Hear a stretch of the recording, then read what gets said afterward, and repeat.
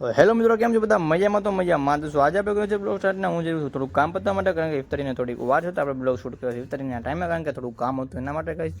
તો આપણે એક થોડું કામ પતાવવા માટે તો મને કન્ટિન્યુ બ્લોગમાં બનાવી છે. તો મળે છે આપણે મસ્જિદે પહોંચીને ગયા તો મળે સીધા થોડી વારમાં કરવા માટે ગયા તો મળે સીધા મસ્જિદે પહોંચીને ગઈશ.